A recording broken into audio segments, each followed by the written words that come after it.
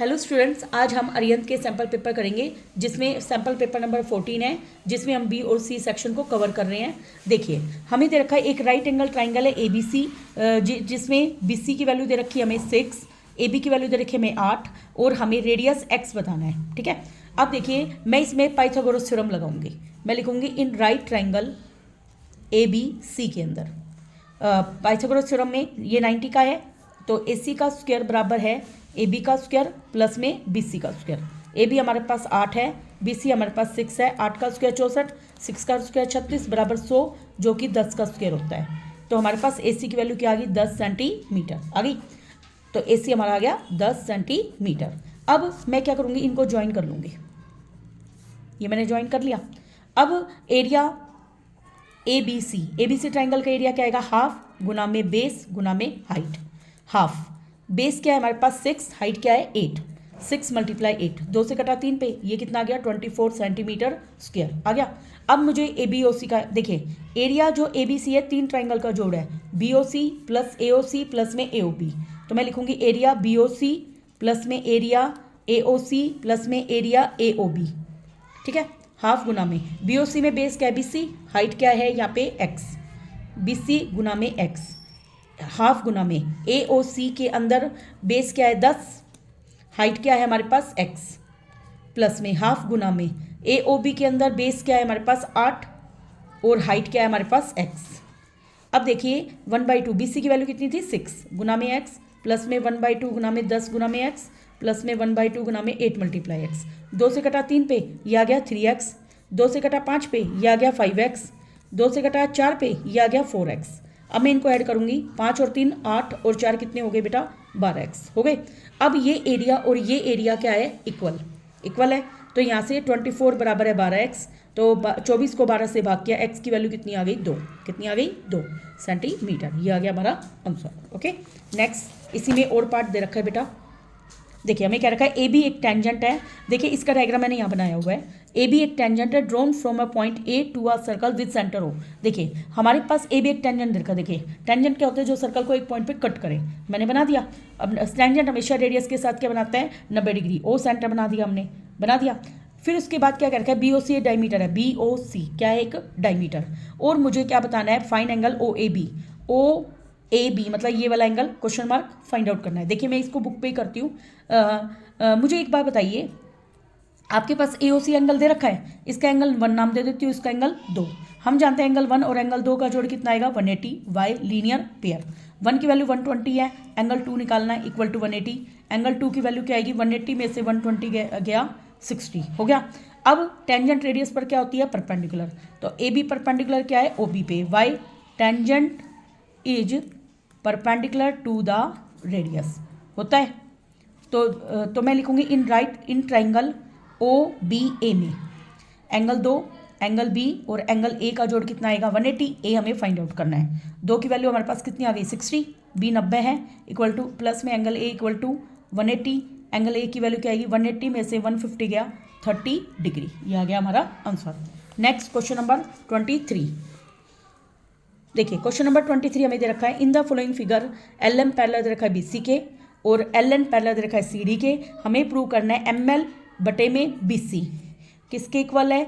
AL बटे में AC के पूरे के। तो मैं क्या करूँगी, देखिए हमारे पास साइड कौन कौन सी यूज हो रही है? ML और BC, और कौन सी यूज हो रही है? AL और पूरी AC। इसका मतलब ये छोटी ट्राइंगल और इस बड़ी ट्राइंगल का काम है। तो मैं क्या करूँगी, इन दोनों ट्राइंगल को सिमिलर कर दूंगी। देखिए मैं लिखूँगी इन ट्राइंगल, सबसे पहले लिखूंगी ML पैरेलल है BC के, ये हमें क्या है गिवन। ठीक है, यहाँ से एंगल M और एंगल B कैसे एंगल कहलाएंगे? Corresponding angle. एंगल M बराबर angle B, why corresponding angles हो गए। अब हमारे पास क्या दोनों में एंगल A कॉमन है? देखिए ये छोटी ट्राइंगल और ये बड़ी ट्राइंगल में एंगल A कॉमन है। एंगल A बराबर एंगल A क्या आ गया? कॉमन। तो मैं उस पर ऊपर लिखूंगी पहले ट्राइंगल का नाम क्या लिखूंगी? MAL। क्या लिखूंगी? MAL। एंड ट्राइंगल कौन सी लिखूंगी? BAC में 2 एंगल से ट्राइंगल क्या होती है? सिमिलर। इसलिए ट्राइंगल MAL सिमिलर है ट्राइंगल BAC के। कौन सा रूल? एंगल सिमिलर हो गया तो साइड का रेशियो लेना है। इसकी साइड क्या है? ML, तो उसकी क्या है? BC। इस छोटे की साइड क्या है AL, तो उस पूरे की क्या है AC। क्या हमें यही प्रूव करना था? देखिए ML बटे में BC, AL बटे में LC, यही प्रूव करना था। Hence proved. कौन सा रूल लगाइए? CPST। इसकी फुल फॉर्म क्या होती है? Corresponding part of similar triangle. क्या होता है? Corresponding part of similar triangle. देखिए बेटा, मैंने गलती से क्वेश्चन नंबर 22 स्किप कर दिया है, उसको हम अब कर लेते हैं। क्वेश्चन नंबर 22 हमें प्रूव करना है 2 + secant A डिवाइड में secant A बराबर है 1 + में 2 cos A। बिल्कुल ही ईजी क्वेश्चन है, सिर्फ वन स्टेप में हो जाएगा। देखिए left hand side 2 + secant A उतारा, डिवाइड में क्या है secant A। मैंने क्या किया? 2 के नीचे भी secant A लगाया और secant A के नीचे भी secant A, सेपरेट कर दिया। 2 secant का उल्टा क्या होता है? cos A। secant से secant कटा 1। बताइए क्या राइट हैंड साइड है ना? Hence proved. बिल्कुल इजी क्वेश्चन था। Next question number 24। देखिए हमें गिवन है एक सर्कल है जिसकी रेडियस कितनी है 28, एक आर्क है जो कि 45 डिग्री एंगल बना रही है सेंटर पे। हमें लेंथ ऑफ आर्क बताना है और एरिया ऑफ सेक्टर। देखिए लेंथ ऑफ आर्क का फॉर्मूला सभी को पता है। लेंथ ऑफ आर्क का फॉर्मूला होता है 2πr θ अपॉन में 360। अब हमारे पास आर दे रखे यहाँ पे 28 सेंटीमीटर और थीटा दे रखा है हमारे पास 45। तो 2 × पाई 22/7, आर मेरे पास 28 है, थीटा मेरे पास 45 है, डिवाइड बाई 360। 7 से कटा 4 पे, 4 से कटेगा 90 पे, 45 से कटेगा 2 पे, 2 से कटा 2 पे, कितना आ गया 22 सेंटीमीटर। एग्जाम में आपकी स्पीड इतनी तेज होनी चाहिए तभी आपका पूरा पेपर अटैम्प्ट पहुँच पाएगा। Next second part. Second part में हमें बताना है area of sector. Area of sector इसका क्या फॉर्मूला होता है? πr² थीटा अपॉन में 360। पाई है यहाँ पे 22/7, आर कितना है 28 × 28, थीटा है मेरे पास 45 डिवाइड में 360। 7 से कटा 4 पे, 4 से कटा 90 पे, 45 से कटा 2 पे, 2 से कटा 14 पे, यह आ गया 22 × 14। 14 दूनी 28, 2 कैरी, 14 दूनी 28 और 2 30, 308 सेंटीमीटर स्क्वायर आ गया हमारा।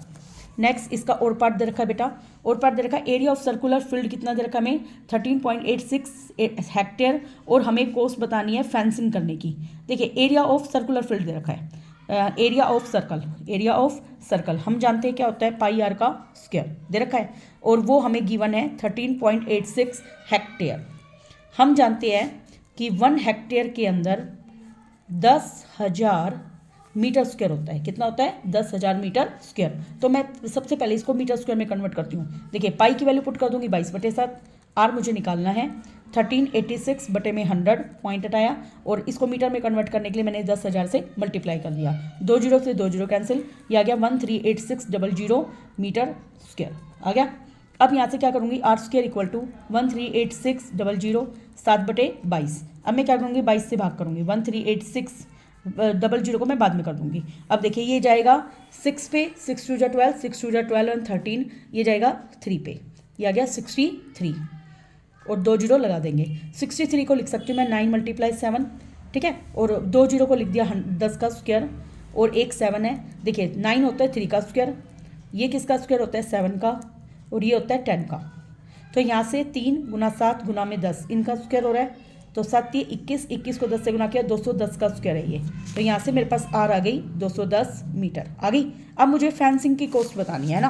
फेंसिंग का मतलब होता है जैसे इसके चारों तरफ कंटीले तार लगाना। तो ये क्या चीज़ कवर हो रही है? सरकमफेरेंस। तो सरकमफेरेंस निकालना है मेरे सर्कल का।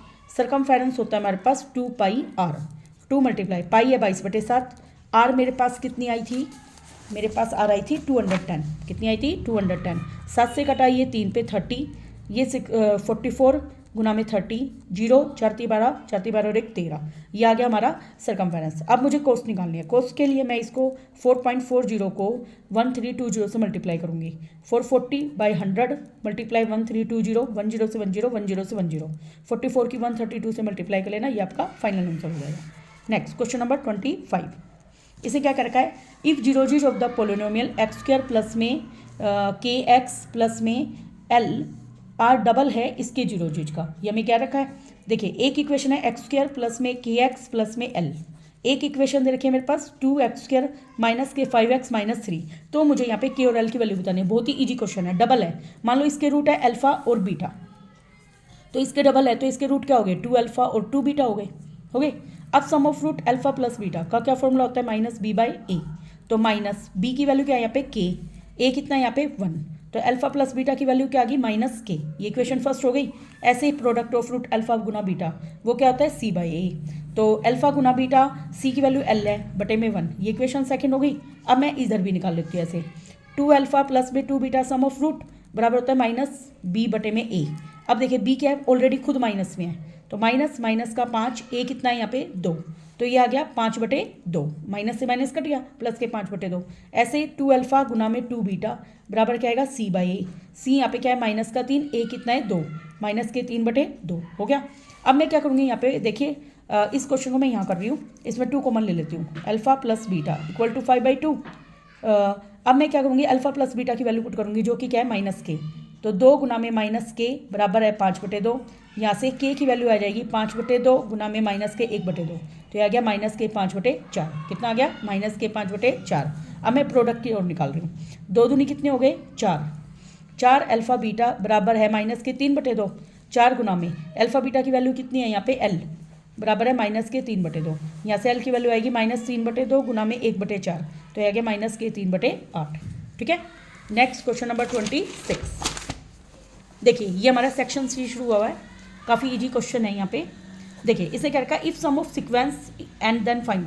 देखिए ये क्वेश्चन आपके लिए पहली बार ही है, जैसे 1, 6, 11, 16 एंड सोन एक्स हमें ये दे रखा है, और इसने क्या रखा है S N, sum of term कितना है 148, तो हमें एक्स की वैल्यू निकालनी है, ये हमें क्वेश्चन दे रखा है। अब देखिए ये लास्ट टर्म है एन ए एन, तो ए एन बराबर क्या होता है ए प्लस एन माइनस 1 इंटू, हाँ जी देखिए ए एन की वैल्यू हमारे पास एक्स है, ए हमारे पास 1 है, एन -1, डी कैसे आता है A2 में से A1 घटाते हैं, तो 6 में से 1 गया 5, तो ये आ गया x बराबर 1 प्लस 5n माइनस के 5, तो ये क्या बचेगा 5n, 5 में से 1 गया माइनस के 4, तो x बराबर क्या आ गया 5n माइनस के 4। इसको मैं ब्लॉक में डाल देती हूँ एक बार। अब हमारे पास Sn का क्या फॉर्मूला होता है n/2 a plus 2a plus n -1 into D, ये हमारे पास फॉर्मूला होता है। तो Sn की वैल्यू देखिए हमें 148, n/2 2 मल्टीप्लाई a कितना है यहाँ पे 1 प्लस में n -1 इंटू में d है 5, तो ये आएगा n/2 2 प्लस 5n माइनस 5।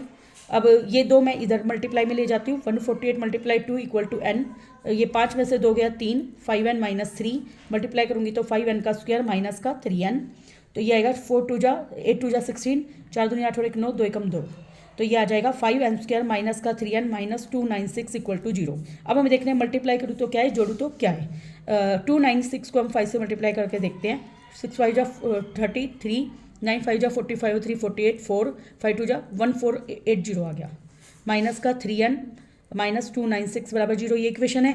तो मैं 1480 के पहले फैक्टर बनाती हूँ, 2 से कटा 7 पे, 2 से कटा 4 पे 0। अब देखिए 2 से कटेगा 3 पे, 2 से कटेगा 7 पे, अब ये 2 पे देखिए 2 एकम 2, 2 8 16, 2 पंजू 10, फिर ये जाएगा 5 पे, 5 से कटा 3 पे, 5 से कटा 7 पे। अब इनकी मल्टीप्लाई करके देखते हैं, 2 दूनी 4, 4 दूनी 8, 8 पंजू 40, तो इसका मतलब 40 में से 37 गए तो 3 आ गया ना ये यहाँ पे। तो इसके फैक्टर बन गए माइनस का 40n प्लस का 37n माइनस 296 इक्वल टू 0। अब मैं पहले दो में क्या कॉमन लूँगी 5n, तो ब्रैकेट में बचेगा n माइनस 8, इसमें क्या कॉमन ले लूँगी 37, ब्रैकेट में बचेगा n माइनस 8 इक्वल टू 0, तो n माइनस 8 और 5n प्लस 37 इक्वल टू 0, ये हमारे फैक्टर हो गए।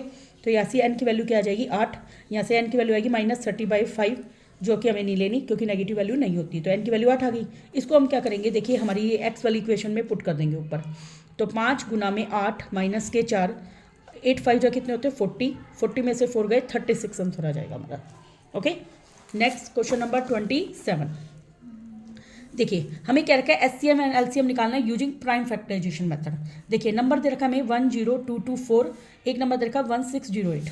देखिए हम इसको डिवाइड करेंगे, 2 से कटा 5 पे, 2 1 जा 2 1 जा 2 2 जा 4, 2 2 जा 4, 2 5 जा 10, 2 5 जा 10 और 2 6 जा 12, 2 1 जा 2, 2 2 जा 4, 2 7 जा 14, 2 8 जा 16, 2 6 जा 3, 2 6 जा 12, 2 3 जा 6, 2 9 जा, ये आ गया 3 पे जाएगा, 3 2 जा 6, 3 1 जा 3, 3 3 जा 9, ये आएगा 3 2 5 और 3 से 3 7 21, 3 एकम 3। अब ये एक क्या है प्राइम नंबर, तो ये एज इट इज 1 पे जाएगा।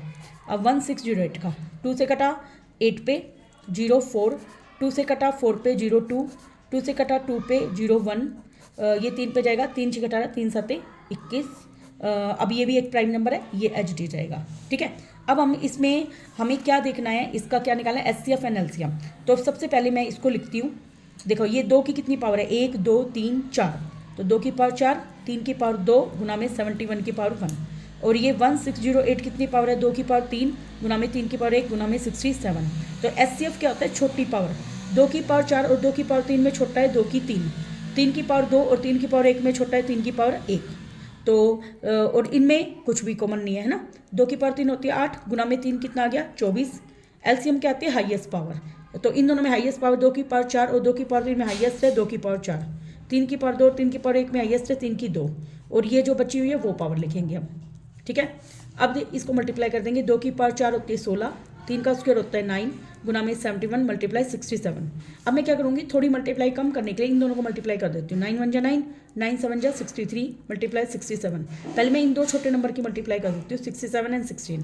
6 7 जा 42, 4 कैरी, 6 जा 36 और 4 40, 7 1 जा 7, 6 1 जा 6, 2 7 6 और 4 10। 1072 को 639 से मल्टीप्लाई कीजिए। 9 2 जा 18, 1 कैरी, 9 7 जा 63 और 1 कितने हो गए 64, 9 1 जा 9, 3 2 जा 6, 3 7 जा 21, 3 1 जा 3।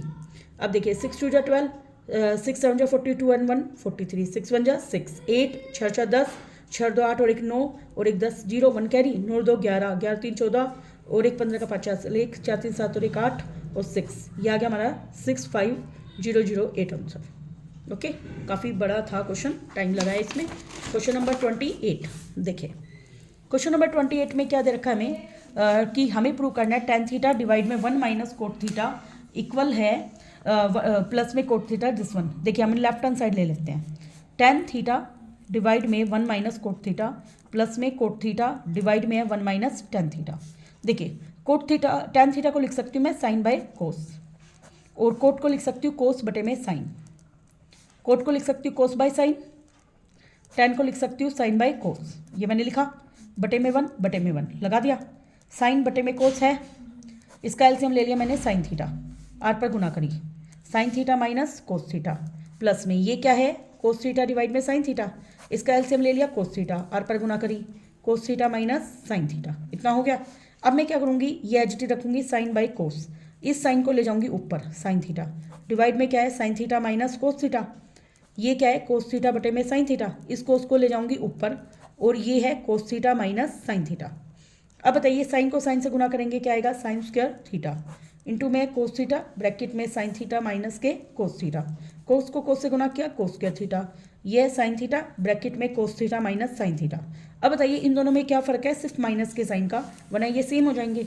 तो मैं इसको लिखूंगी साइन स्क्वायर थीटा डिवाइड में कोस थीटा ब्रैकेट में sine theta minus cos theta, minus बीच में कॉमन ले लूँगी cos square theta sine theta, और इसको लिख दूंगी साइन माइनस कोस, लिख दिया।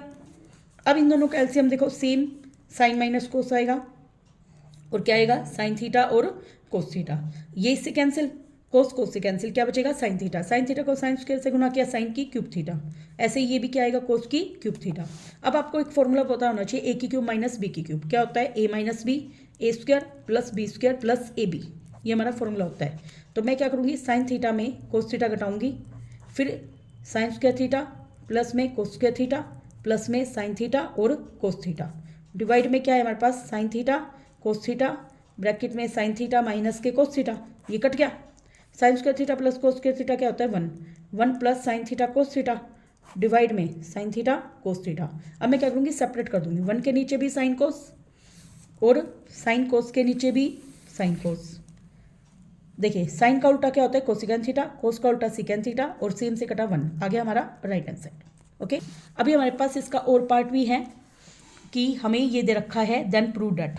देखिए हमें दे रखा है 7 साइन स्क्वायर थीटा प्लस में 3 cos square theta equal to है 4। पहले मैं इसको सोल्व करती हूँ बेटा, 7 साइन स्क्वायर थीटा है 3, कोस स्क्वायर थीटा को लिख देती हूँ मैं 1 minus sine square theta equal to क्या है 4, 7 साइन स्क्वायर थीटा, 3 1 जा 3 माइनस के 3 sine square theta equal to 4, 7 में से 3 गए बेटा 4 साइन स्क्वायर थीटा, 4 में से 3 गया 1, तो यहाँ से साइन स्क्वायर थीटा बराबर आ गया 1/4 जो कि 1/2 का स्क्वायर होता है। तो यहाँ से साइन थीटा बराबर 1/2, साइन 1/2 होता है 30 पे, तो थीटा की वैल्यू आ गई 30 डिग्री आ गई। अब मुझे इसमें प्रूव करना है, तो मैं क्या करूँगी लेफ्ट हैंड साइड क्या है हमारे पास सीकेन थीटा प्लस में कोसिकेन थीटा, सीकेन 30 प्लस में कोसिकेन 30, सीकेन 30 देखिए कोस 30 होता है √3/2, तो उसका उल्टा 2/√3 साइन 30 होता है हमारे पास 1/2, इसका उल्टा 2, तो आगे हमारा right hand side, hence proved. देखिए राइट हैंड साइड यही था हमारा 2√3 प्लस में 2। Next question number 29। Question number 29 में हमें पॉइंट्स दे रखे हैं और हमें टाइप ऑफ क्वाड्रिलेटर बताना है। देखिए काफ़ी इजी क्वेश्चन है, मैं पॉइंट दे देती हूँ ABCD। ए कितना है -1 -2, बी कितना है 1 और 0, सी कितना है -1 और 2, और डी कितना है -3 और 0। देखिए टाइप ऑफ क्वाड्रिलेटर निकालने के लिए आपको सबसे पहले साइड्स निकालनी पड़ेगी चारों, और दोनों डायगोनल निकालने पड़ेंगे। देखिए AB का स्क्वायर, AB निकालती हूँ, AB क्या आएगा -1 का स्क्वायर प्लस में, देखिए मैं क्या कर रही हूँ इसमें से इसको घटा रही हूँ, ऐसे -2 -0 का स्क्वायर और उसका रूट, -1 में -1 जुड़ा -2, -2 का स्क्वायर होता है 4, -2 का स्क्वायर 4, 4 और 4 कितने हो गए √8 हो गया। ऐसे ही मैं निकालूंगी BC कैसे निकालूंगी 1 -1 उसका स्क्वायर, 0 -2 का स्क्वायर और उसका रूट, 1 और 1 कितने हो जाएंगे 2, 2 का स्क्वायर 4, 2 का स्क्वायर 4, √8 हो गया। ऐसे निकालूंगी CD कैसे निकालूंगी, इसको इसमें से घटाऊंगी, -1 में क्या घटेगा -3 और उसका स्क्वायर, 2 में से घटेगा 0 और उसका स्क्वायर और उसका रूट, -1 प्लस के 3 उसका स्क्वायर, 2 का स्क्वायर 4, 3 में से 1 गया 2, 2 का स्क्वायर 4 प्लस 4 कितने हो गया √8। ऐसे मैं निकालूंगी AD निकालने के लिए वही -3 माइनस का 1 उसका स्क्वायर, 0 माइनस प्लस के 2 का स्क्वायर, तो ये भी वही आएगा बेटा 4 + 4 √8। तो हमने देखा सारी साइड्स तो इक्वल आ गई। अब डायगोनल साइड सारी इक्वल है तो ये क्या है, एक स्क्वायर भी हो सकता है और रोम्बस भी। तो हमें जानते हैं कि जो स्क्वायर होता है उसके डायगोनल तो इक्वल होते हैं, लेकिन रोम्बस के डायगोनल इक्वल नहीं होते। इससे मैं यहाँ पे AC और BD और निकालूंगी।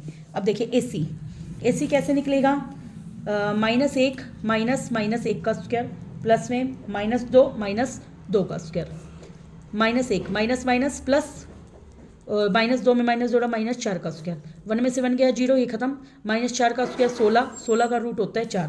अब मैं निकालूंगी BD, तो मैं लिखूंगी -3 -1 का स्क्वायर, 0 -0 का स्क्वायर, -3 में -1 जोड़ा -4, -4 का स्क्वायर कितना आएगा, स्क्वायर से रूट, देखिए 4 का स्क्वायर करा 16 का रूट 4। हमने देखा डायगोनल इक्वल है, तो this implies ABCD is a square.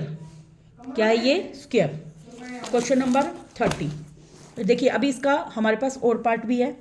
If point P21 lies on the line segment joining the point, और AP हमें दे रखा है, find the value of K। काफ़ी इजी क्वेश्चन है। देखिए हमारे पास दे रखा है P, देखिए A दे रखा है हमें, B दे रखा है। A दे रखा है मेरे पास 4 2, B दे रखा है हमारे पास 8 और 4, और जो P पॉइंट है वो दे रखा है हमें 2 और 1।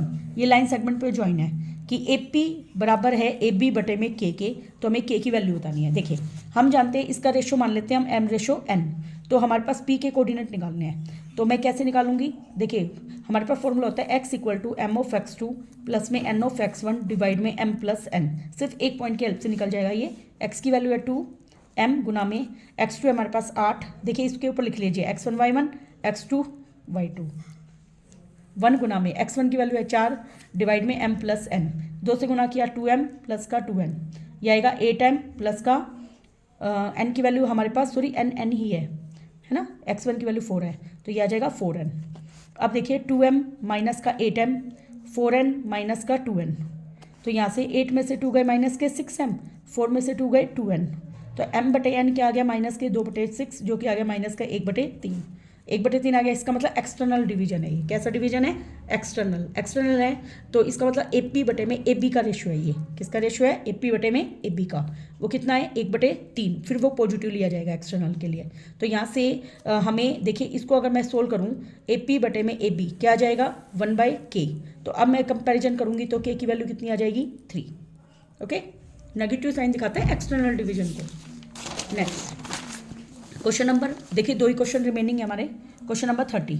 6 ईयर हैंस का मतलब होता है 6 साल के बाद। एक आदमी है, उसकी एज 3 टाइम्स हो जाएगी उसके बेटे की एज से, और 3 साल पहले वो 9 टाइम्स ओल्ड था अपने बेटे की एज का। हमें उनके प्रेजेंट एज बतानी है। लेट मैं मान लेती हूँ प्रेजेंट एज ऑफ सन, जब भी एज मानो प्रेजेंट एज मानना x ईयर्स, और इस प्रेजेंट एज ऑफ फादर की क्या मान लेती हूँ मैं y ईयर मान ली। अब इसके बाद क्या रहा है 6 साल बाद, तो मैं लिखूंगी 6 ईयर्स लेटर, 6 साल बाद इनकी एज में पहुंच जाते हैं। तो सन एज क्या आ जाएगी, सन एज, अगर कोई आपसे 6 साल बाद आपकी एज पूछे तो आप क्या करोगे, 6 ईयर को ऐड कर दोगे, तो इसलिए आ जाएगा x प्लस 6। और फादर्स एज क्या आएगी, father's age y plus 6। According to question क्या कह रहा है, वो इसकी एज का कितना हो जाएगा, 3 टाइम्स। देखिए फादर बड़ा है तो पहले फादर को लिखेंगे, जो छोटा है उसको मल्टीप्लाई करेंगे, तो वो कितना हो रहा है, 3 टाइम्स। तो यहाँ पे 3 इंटू एक्स प्लस 6 आ जाएगा। तो y प्लस 6, 3 को x से गुना किया 3x प्लस में 18। अब हम क्या करेंगे, इसको इधर ले आते हैं या इसको इधर ले आओ, वो एक ही बात है। y minus 3x, 18 minus 6, y minus 3x equal to 18 में 6 गए 12। This is equation number first. ये हो गया। अब हम आगे क्वेश्चन को पढ़ते हैं। अब क्या कहता है, 3 ईयर एगो वो 9 गुना हो गया था। कितना हो गया था, 9 गुना। तो मैं लिखूंगी 3 years ago.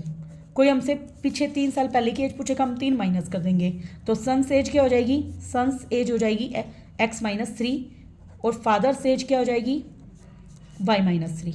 According to question ये इसकी एज का 9 गुना है, तो फादर एज लिखेंगे पहले y माइनस 3, 9 गुना हो गया x माइनस 3 का। अब मल्टीप्लाई कीजिए y माइनस 3, 9x माइनस के 27, मैं इसको इधर ले आऊँगी, y minus 9x minus 27 plus 3 आ गया माइनस के 24। This is equation number second. अब मैं क्या करूँगी, फर्स्ट में से सेकंड को सब्ट्रैक्ट कर दूँगी। y minus 3x equal to 12, y minus का 9x equal to minus 24, minus plus plus, ये कट गया, 9 में से 3 गए 6x, 24 और 12 जोड़ेंगे, 4 और 2 6, 2 और 1 3, तो यहाँ से x की वैल्यू होगी 36 को 6 से भाग किया 6। अब मैं इसकी इक्वेशन फर्स्ट में वैल्यू पुट कर देती हूँ।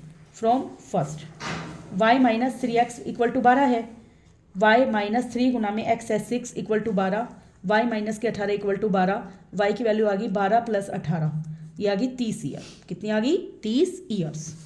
Last question, question number 31।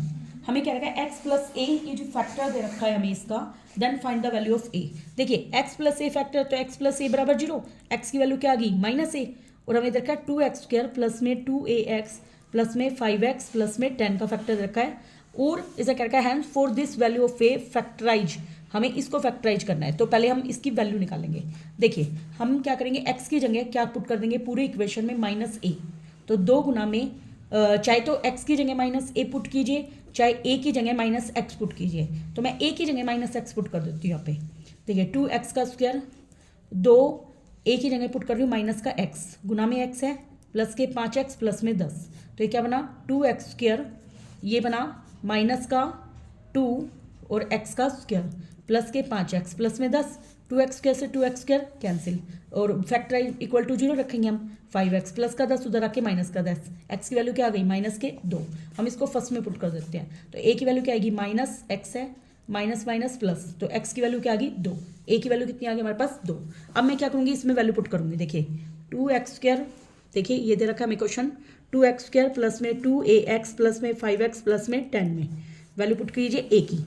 2x square plus में 2 गुना में a कितना है हमारे पास 2, x प्लस में 5x प्लस में 10, 2x स्क्वायर 2 दूनी हो गई 4x प्लस में 5x प्लस में 10। अब ये आ गया 2x स्क्वायर, देखिए पहले 2 में कॉमन लीजिए, 2x कॉमन है, x प्लस 2, लास्ट के 2 में कॉमन है 5, ब्रैकेट में x प्लस 2। तो अब हमारे पास देखिए दोनों में x प्लस 2 कॉमन है, तो ब्रैकेट में क्या बचा 2x प्लस में 5। नया क्वेश्चन था ये हमारे लिए। नेक्स्ट, ये हमारे क्वेश्चन हो चुके हैं, नेक्स्ट वीडियो में हम अगला सेक्शन करेंगे। Thank you very much.